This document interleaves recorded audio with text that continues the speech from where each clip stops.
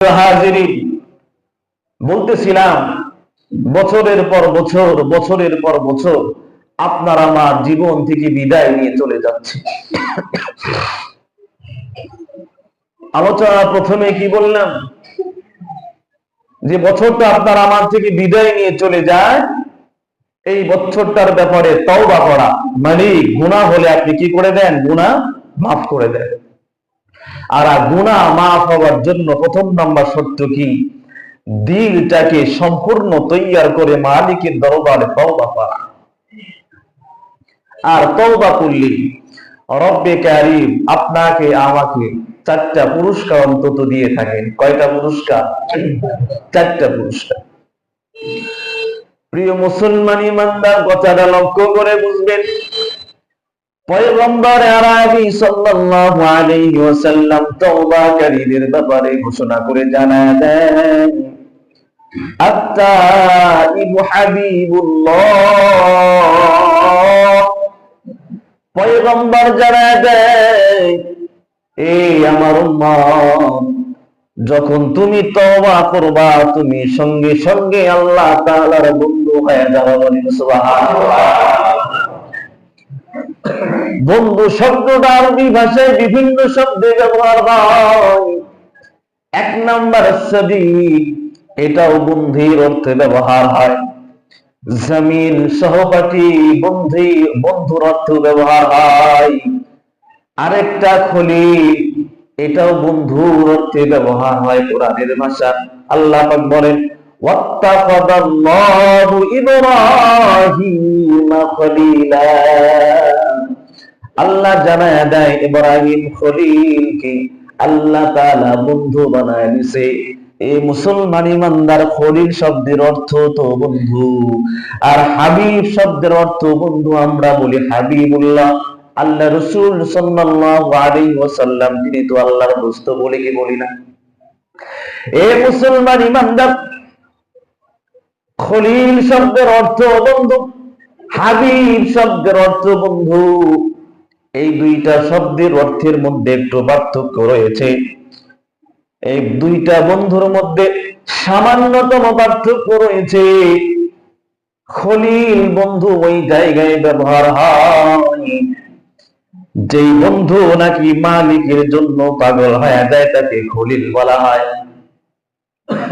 ইব্রাহিম আলাইহিস সালাতু ওয়াস সালাম মালিকের প্রেমে আসক্ত হয়ে পাগল হয়ে গেছে, যার কারণে রব্বে কারীম তাকে খলিল উপাধি দিয়েছে। ওয়াত্তাখাযাল্লাহু ইব্রাহিমা খলিলা। ইব্রাহিম আলাইহিস সালাতু ওয়াস সালামকে রব্বে কারীম খলিল তথা বন্ধু বানায় নিয়েছে। বলেন সুবহানাল্লাহ। বিষয়টা হলো এটাই, ইব্রাহিম আলাইহিস সালাতু ওয়াস সালাম রব্বে কারীমের প্রেমে আসক্ত হয়েছে, তাকে বন্ধু উপাধি দিয়েছে। আর আপনার আমার পয়গম্বরের নামের শেষে হাবিব উপাধি দিয়েছে, যে হাবিবের জন্য রব্বে কারীম নিজে পাগল হয়ে গেছে। বলেন সুবহানাল্লাহ। যে মালিকের পক্ষ থেকে ভালোবাসা আপনার আমার পয়গম্বরের উপরে চলে আসে, যার কারণে আপনার আমার পয়গম্বরকে হাবিবুল্লাহ বলা হয়। আর আপনার আমার পয়গম্বর জানায়া দেয় যে বান্দা তওবা করবে নিজের গুনাহ মাফের জন্য, রব্বে কারীম তাকে এত পরিমাণ ভালোবেসে কুদরতের কোলের মধ্যে উঠায় নেবে যে হাবিবুল্লাহ হয়ে যায়। তওবা করলে মালিক হাবিব বানায় নেয়, বন্ধু বানায় নেয়। আর যেই মালিক যেই বান্দাকে বন্ধু বানায় নেয়, সেই বান্দার কোনো ভয় আছে? কথা কয় না? বুকের মধ্যে হাত দিয়ে বলেন যে হুজুর এরপরও ভয় থাকবে? ভয় থাকবে? ভয় থাকার কোনো আশঙ্কা নাই। প্রিয় মুসলমান ইমানদার, 1 নাম্বার পুরস্কার হলো এটা। 2য় নাম্বার পুরস্কার হলো সারা জীবনে যতগুলো গুনাহ আপনার আমার দ্বারা হয়েছে, সমস্ত গুনাহগুলো রব্বে কারীম পরিষ্কার করে দেয়। বলেন সুবহানাল্লাহ। 2য় নাম্বার পুরস্কার হলো এটা।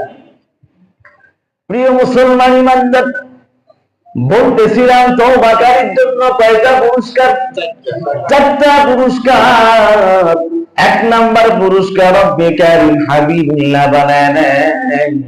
দ্বিতীয় নাম্বার পুরস্কার নিজের জীবনের সমস্ত গুনাহ আল্লাহ তাআলা মাফ করে দেয়। তৃতীয় নাম্বার যেই পুরস্কার সেটা হলো দুনিয়ার বুকে শয়তান তো আপনার আমার সামনে দুনিয়ার চাকচিক্য, দুনিয়ার মহড়া আপনার আমার সামনে এত সুন্দর ভাবে উপস্থাপনা করবে, এত সুন্দর ভাবে সাজায় গুছায়া ধরবি, যেন আল্লাহ তাআলাকে ভুলে ওই দুনিয়া ধরার জন্য আকৃষ্ট হয়ে যায়। এমন অবস্থা যখন শয়তান আপনার আমার সামনে উপস্থাপন করবে, রব্বে কারীম ওই সময় আপনার আমার তওবার বদৌলতে শয়তানের আকর্ষণ থেকে আল্লাহ তাআলা আপনাকে আমাকে বাঁচায় দিবে। বলেন সুবহানাল্লাহ। এটা কয় নাম্বার? 3 নাম্বার। চতুর্থ নাম্বার যে পুরস্কারটা থাকবে, এ মুসলমান ইমানদার, মৃত্যুর সময় যখন আপনার আমার চলে আসবে, এমন সময় রব্বে কারীম ফেরেশতা আলাইহিমুস সালাতু ওয়াস সালাম গুলোকে বলবি, তোমরা যাও আমার বান্দাকে ইস্তেগফার করে করে জান্নাতে মেহমান বানায় নিয়ে আসবা।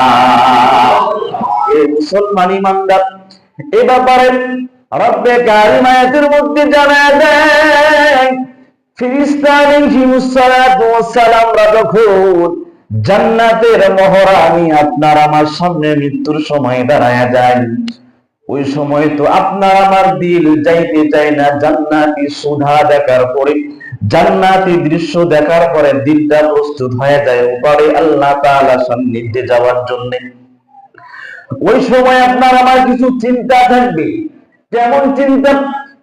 দুনিয়ার বুকে আপনার আমার সন্তানগুলো রেখে গেলাম, এই সন্তানগুলো কিভাবে জীবন পরিচালনা করবে, কিভাবে তাদের জীবনগুলা চালাবে, এমন একটা চিন্তা চেতনা আপনার আমার দিমাগের মধ্যে থাকে।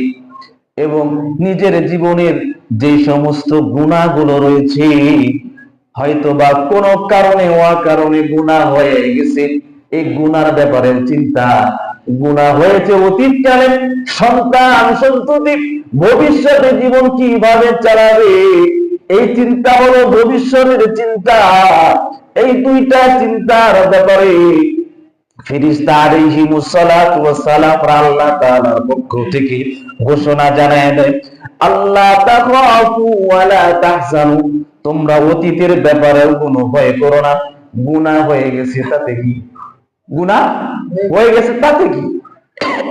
অতীতের ব্যাপারে তোমরা আশঙ্কা করো না, এবং ভবিষ্যতে সন্তান সন্ততি রয়েছে, পরিবার পরিজন হয়েছে, এদের ব্যাপারেও চিন্তা চেতনা না, দরকার নাই, চিন্তার কোনো পেরেশান নাই, চিন্তার কোনো প্রয়োজন নাই।